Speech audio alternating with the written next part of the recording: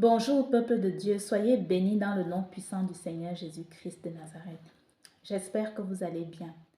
Moi, je vais aussi bien par la grâce de Dieu et je dis merci au Seigneur pour toute sa miséricorde envers chacun d'entre nous. Soyons tous bénis dans le nom puissant du Seigneur Jésus-Christ de Nazareth. Bien-aimés, je reviens aujourd'hui partager avec vous cette petite exhortation concernant l'autel de la prière. C'est quoi un autel? C'est quoi l'autel de prière? Permettez-moi de louer d'abord le Seigneur et de prier pour lui remettre ce moment. Amen. Bénis l'Éternel, mon âme. Bénis l'Éternel, mon âme. Bénis l'Éternel, sois émerveillé. Sa fidélité ne dépendra pas des circonstances. Aie confiance. Bénis l'Éternel, mon âme. Bénis l'Éternel, mon âme, écoute sa voix. Il dit que ta foi déplacera toutes les montagnes. Aie confiance, bénis l'Éternel, ô mon âme. Quand tout s'effondre, sombre, je sais que tu es là, et peu m'importe si les portes se ferment sur mes pas, je suis en marche sur l'arche de ton amour pour moi. Jésus, tu es roi, et j'avance à ta suite. Bénis l'Éternel, mon âme.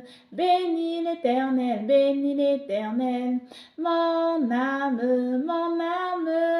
sois émerveillé. Sa fidélité ne dépendra pas des circonstances. Aie confiance, bénis l'Éternel, mon âme. Bénis l'Éternel, mon âme, écoute sa voix. Il dit que ta foi déplacera toutes les montagnes. Aie confiance, bénis l'Éternel, ô mon âme, bénis l'Éternel, ô mon âme, bénis l'Éternel, ô mon âme. Éternel Dieu vivant, Dieu tout-puissant, Seigneur, Seigneur des seigneurs, chef des rois de toute la terre, Dieu des dieux, éternel, mon âme te bénit et te glorifie. Merci Père Céleste encore pour ta grâce que tu m'accordes aujourd'hui d'être en vie. Merci pour la vie de tous mes frères et sœurs. Seigneur, merci pour le souffle de vie que tu nous donnes. Merci pour les soins que tu donnes à nos âmes. Éternel, je te bénis dans le nom de Jésus-Christ de Nazareth. Père, j'élève ton nom. J'élève ton nom et je bénis ton saint nom. Je bénis ta gloire qui se manifeste depuis l'endroit où tu résides, parce que nul n'est glorieux si ce n'est toi seul éternel. Nul n'est bon si ce n'est toi seul éternel. Nul ne pardonne les péchés si ce n'est toi seul éternel. C'est toi seul qui sauve éternel et c'est toi seul qui délivre. Mon âme te bénit éternel. Merci encore pour tout ce que tu fais pour nous et merci pour l'opportunité que tu me donnes de venir partager ce message aujourd'hui. Saint-Esprit, si j'ai trouvé grâce à tes yeux, aide-moi à donner fidèlement ce message au nom de Jésus-Christ de Nazareth. Amen, amen, amen. Bien-aimé en Christ, c'est quoi un autel? On a souvent l'habitude d'entendre parler de autel, autel, autel, autel. Dans la Bible, ce mot revient souvent, hein? En tout cas dans l'Ancien Testament là-bas. Autel, autel, autel, ou bien avec le jeune prophète là, qui avait été envoyé en mission là par l'Éternel là. Confondre confondre, je ne sais plus si c'était le roi Osias ou c'était les prophètes de Baal. Je ne veux pas déformer la parole de Dieu, mais en tout cas, le mot autel revient souvent dans la Bible. Autel, c'est quoi? A-U-T-E-L. Autel, c'est tout d'abord, c'est le lieu de rencontre entre l'être humain, entre l'homme et Dieu. L'autel, c'est le lieu de rencontre entre l'homme et Dieu. Dans l'Ancien Testament, on peut voir qu'il y a les patriarches qui ont érigé des autels. On a par exemple, le tout premier autel a été bâti par Noé juste après la sortie de son déluge. Du déluge, pardon, c'était pas son déluge, juste après la sortie du déluge, quand Noé avait été sauvé avec toute sa famille par l'Éternel. Il a construit un autel et il avait offert tous les animaux purs sur cet autel à l'Éternel, juste pour le remercier. Donc, dans ce cas-ci, on voit que l'autel, en fait, dans la plupart des cas, en tout cas dans l'Ancien Testament, on voit que les patriarches, il y avait Noé, il y avait Abraham, il y avait aussi Isaac, ils ont érigé des autels chaque fois que Dieu leur apparaissait ou alors chaque fois que Dieu leur faisait une promesse ou Dieu leur avait secouru ou bien leur avait fait du bien. De toute façon, c'est là où ils érigeaient un autel. Donc, l'autel représente en fait des actions de grâce, quoi. Il faisait cela comme action de grâce, comme signe de remerciement à l'Éternel. Au jour d'aujourd'hui, si on regarde un peu dans les assemblées, les hommes de Dieu se tiennent aussi souvent à l'autel pour officier. Ils se tiennent à l'autel. Mais nous, ce qui nous intéresse aujourd'hui, c'est l'autel de la prière. L'autel de la prière. Pour moi, parce que j'ai essayé un peu de donner une définition par rapport à l'autel de la prière, mais en fait, je me suis basée par rapport à mon expérience personnelle. L'autel de la prière, c'est le lieu de rencontre. Là où je vais dans mon lieu secret, n'est-ce pas? Là où je vais, en fait, l'autel de prière se trouve dans le lieu secret. Le lieu secret, c'est le seul lieu-là que je choisis dans ma maison pour aller rencontrer mon Père céleste qui est là dans le lieu secret, qui me voit dans l'intimité, c'est-à-dire c'est seulement entre lui et moi. Soit ça peut aussi être avec les autres membres de la famille, puisque là où deux ou trois personnes s'accordent, Dieu est aussi au milieu de nous. C'est ça l'autel de prière. Et l'autel de prière, c'est vraiment ça.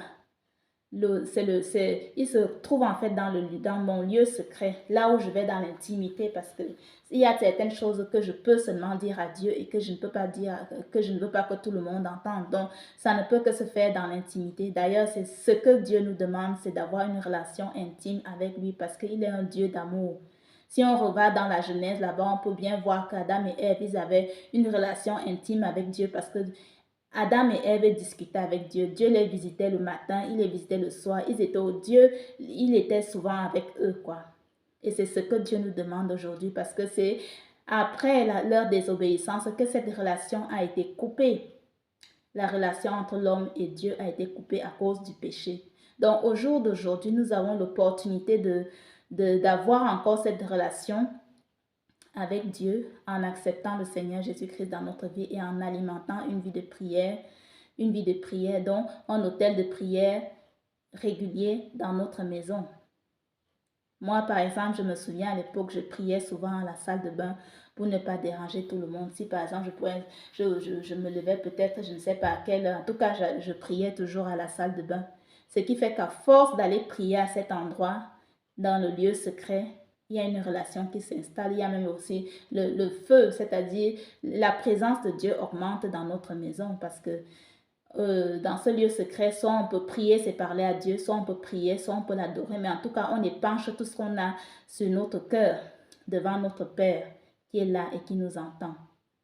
Et souvenez-vous, quand on va dans la présence de Dieu, nous-mêmes, quand on aime quelqu'un, vu que Dieu est amour, et le plus grand commandement, c'est de l'aimer. Tu aimeras l'Éternel, ton Dieu, de tout ton cœur, de toute ton âme, de toute ta force et de toutes tes pensées, si je ne me trompe pas. De tout ton cœur, de toute ton âme, de toute ta pensée et de toute ta force. Et tu aimeras aussi ton prochain comme toi-même. Donc, la première des choses, c'est d'abord aimer Dieu. Donc, quand je me prépare, si moi-même j'ai un amoureux et que je sais qu'à telle heure, je vais aller rencontrer l'amoureux, n'est-ce pas, je vais me faire jolie. Parce que Dieu est attentif à tout. Je vais m'arranger. Et en tout cas, je me prépare pour aller à sa rencontre. Et je m'arrange toujours à être à l'heure.